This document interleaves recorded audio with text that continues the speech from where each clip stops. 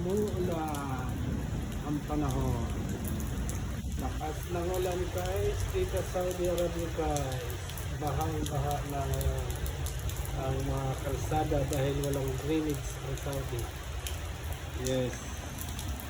Hanggang so, kanina pa to alas 3 ng hapon dito umuulan. Hanggang ngayon guys, alas 7 na ng gabi. Tuloy-tuloy pa rin ang ulan na ganito. Oh. Yan, may Saudi guys, ipapaulan na yan, no? Ayan, takbo ka kasi malakas. Kala mo, dito nababasa. Oh. Takbo. Takbo. Yan na. Tapos na ulan guys, oh. Parang bagyo na dito.